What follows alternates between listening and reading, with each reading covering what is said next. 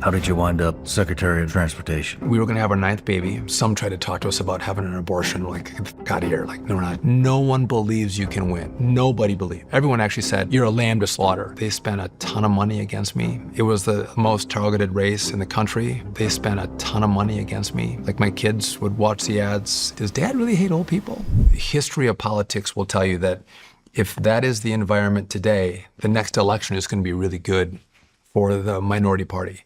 There was that, and the guy that was my congressman that I was gonna run against, he was the chairman of appropriations.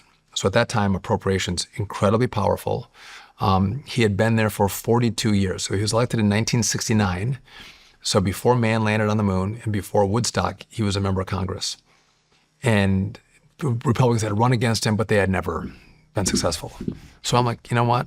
And by the way, back then they passed a stimulus bill, because that was after the '08 crisis. And so the stimulus bill was $800 billion, which, by the way, is like, I wish the size of some of the bills that Democrats passed were that small again. So I decided I'm going to run, right? I may not win, but I'm going to flip and hold them accountable. I'm going to hold them accountable for these shitty votes, and no one ever holds them accountable. When Obamacare passed, he was in the speaker's chair with the gavel, and I'm like, you know what? I'm going to run.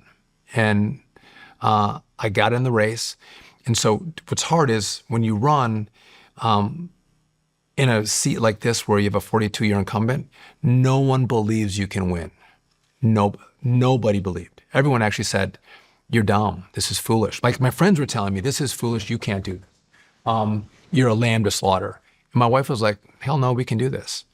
And so I had a friend who was involved in politics who told me, don't run, but if you do run, I'll help you out.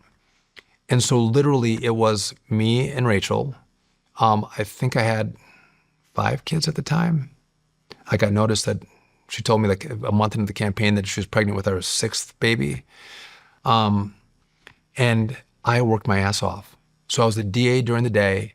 I'd get in my car, like there's no team. Like we're the team. I drive myself, and I have a big district. I have about a third of the state of Wisconsin.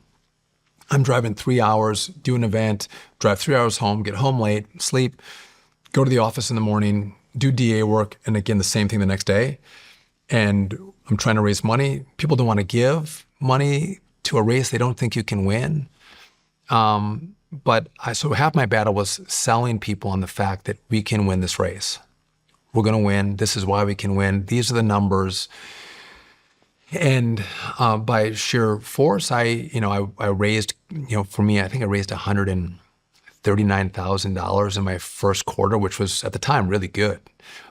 Still is actually a decent number. Then I raised like $159,000 in the second quarter. So I was raising money and people were buying in. But this is all like local money, small towns, people giving, businessmen that are like, this young kid's crazy, but I think maybe he can do it. And so that was the story of our campaign. I started to hire people after about 8 months into the campaign after driving myself. And I got Sarah Palin I got Sarah Palin's endorsement. I had, Red State write about me. We're trying to get all of these people to try to build some energy around the campaign. And then as we got into 2010, which is the race I was actually running in, that's when it was like, oh shit, this is going to be a good year. This is a good year for Republicans. We saw the tide turning. And the guy I was running against he saw the writing on the wall. I was going to beat him. He retired. And so then the seat was open. A state senator, Democrat, got in the race. It was the most targeted race in the country that year. They spent a ton of money against me. Like, my kids would watch the ads. They'd give me feedback on the ads. They would take some of the lines. Does Dad really hate old people? Why does Dad want to take jobs away from Wisconsin? Like, that's the ads. But in the end, through sheer hard work and a great cycle, I flipped a seat that was 42 years Democrat. Wow. And the next 2 races were really hard as well. So I would shake so many hands that I would get a callus in between my thumb and my pointer finger. As a lumberjack? No, so those calluses are on my hand. I had the back of my hand from people grabbing my hand from shaking hands. Wow. I would get a callus, and I went everywhere. I in the primary, I ran against a farmer who is he's a strawberry farmer, and he's kind of a Mennonite guy, and he's a little bit crazy, but he knew how to work. And so I had to match his work ethic. So I was like, I had to match him and how hard he worked. So I just like, that's what you do. That's all you do is campaign. You're everywhere all the time. We do dairy breakfast in Wisconsin. I would sit at the line where people have to pay for breakfast, and I'd shake hands. And then someone might want to stop and talk to me, and I'd walk with them and talk, and then I'd shake hands. And someone wants to talk, I'd walk and talk. And you know, what's interesting is if you shake someone's hand, it takes a second, but people get an instant read on you. I like him, I don't like him. They're nice, they're not nice. They're honest, they're not honest. And so just by shaking hands, people are like, I met him. I think he's kind of nice. I liked him. So I had this big race and I won, and had the honor of a lifetime to go to Washington. Dick Cheney met so we had this massive class. We had this like 87 new members of Congress, which is just mammoth. And Dick Cheney, who I'm not a big fan of right now, but Dick Cheney, who was the former vice president, former House member, came in and talked to us, and he said, obviously I've done a lot of things. I've been the Secretary of Defense. I'm the vice president. But the greatest win you'll ever have, the greatest political moment you'll ever have in your life is the one you have right now. To win a seat in the House was the coolest experience I've had in my political career. But it was really, I walked into the House chamber with my wife. By the way, I had never been in the Capitol in my life. Never got to, like my class in Hayward, Wisconsin didn't take a tour to the Capitol. So the first time I went into the U.S. Capitol was as a congressman-elect. We had a dinner in Statuary Hall for all the new members. And then the speaker, or the John Boehner, who was going to be the speaker, was like, do you guys want to go see the House chamber? I'm like, where in the hell's the House chamber? It's like right down the hall. Like, I have no idea. We walk into the House chamber, and I started to cry. I worked so hard to get there. And to be in, again, maybe we think less of it today, but I cried when I got in there. It was so much work, so much effort. And then to represent people, that they put the faith in you, it's a really cool honor. That's cool to hear. Yeah. How did you wind up Secretary of Transportation? So I served for 9.5 years, and we were going to have our 9th baby. And when I slept in my office, right? So you sleep on a cot or blow up mattress in your office. You go to the house gym, you shower, you come back, you have your suits there. You spend 4 days, three nights, 4 days, living on a mattress, showering in the gym. It's an honor, but that does get a little bit old. Right now they've switched the model. They give congressmen a stipend to stay in a hotel. So but we were going to have, we found out Rachel's pregnant, baby number 9. And then she called me after she had done some testing. They're like, listen, there's a pretty good chance your baby's going to have Down syndrome. I'm like, okay. And by the way, it's the greatest gift in our life. But at that time, it's like, you don't know what it is. What does this mean for us, right?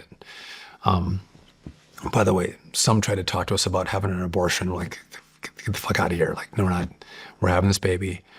And then as we went in further, they're like, this baby has a heart problem. There's a heart defect as well.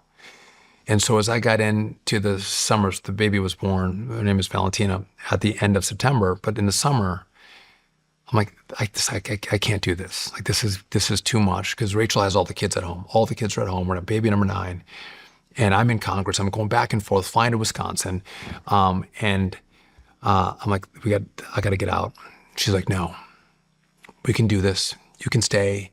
We can make it happen. She's a scrapper and a fighter. And it was one of the few moments where I'm like, nope, we're getting out. And she did not want us to get out. And it created some tension in our marriage for a little while, because she was like, no, you should stay. And at some point, I think as men, we're like, I know what we can and can't do. I know what's pulling at our family. And so I announced I'm getting out. The baby came early. And at that point, I took a job with CNN. And I signed a 2-year deal with CNN, which, by the way, I had done a lot of CNN. I supported the president in 2016, one of the few members that would go on and support President Trump, defended him, pushed for him. Not many people would do it in 2016. He was not, they didn't think about him then as they think about him today, but I was one of the only guys that would go do that. So CNN offered me a job. They were not very nice to me at CNN. They didn't treat Republicans very well. Look, I worked at Fox too. Fox treats Democrats very well. That's not the way I was treated at CNN. So I did a year at CNN, and I asked to get out of the contract. They agreed. I didn't do the full 2 years. I signed with Fox just as a contributor. Did that for a couple of years and then got a show on Fox Business called The Bottom Line. I did that for 2 years with Dagan McDowell, who I love to death. She's wonderful. And then as the president was going through, his selection process, I thought this was going to be historic, but it is historic. I wanted to serve with him. And so I made the pitch, and, he went through the analysis, and I was blessed that he picked me to be the Secretary of Transportation. And by the way, Shawn, if you said, where do you want to serve? Before I was inside and sitting on the outside, there's a number of things I would have thought about of where I want to go. I got the best department. If you ask me to switch with anybody right now, switch with any other secretary, whose job would you like but yours? President Trump gave me the best job in all the cabinet. Really? 100%. Why do you say that? Because we build shit. We make people's lives better. I'm able to, so everybody loves infrastructure. Everybody, even Democrats like roads and bridges. Democrats like new airports. Democrats like air traffic controllers. There's a wide agreement on what we do. And if we do it well, if I can take 20 minutes off your commute because I've helped deal with congestion, I gave you 20 minutes back with your kids, either for dinner or for lunch, or I got you back home in time, to have a cup of coffee with your wife. If your flight isn't delayed or your flight isn't canceled, I'm giving people time back to be with the people that they love. And so that for me is exciting, and that's what I get to do. And I don't think the last administration showed up and did much. Maybe that's a really good thing, but we're moving fast, making it a true difference in the way the department operates. And I got it. So there's a deep state. I believe that. You have bureaucrats that fight the duly elected president and his cabinet. In my department, I have people that are like in roads or in motor carriers. They're there because like they love it. I don't have a lot of people fighting me. I do have some, but they actually buy into the mission. If I can figure out a way of how can we build more roads and bridges? How can we build them safer? How can we build them faster? They buy into they love that because that's what they want to do. So I don't have the problems that other departments have, and I think a great way to make their life better. No matter where you're watching Shawn Ryan Show from, if you get anything out of this, please like, comment, subscribe, and most importantly, share this everywhere you possibly can. And if you're feeling extra generous, please leave us a review on Apple and Spotify podcasts.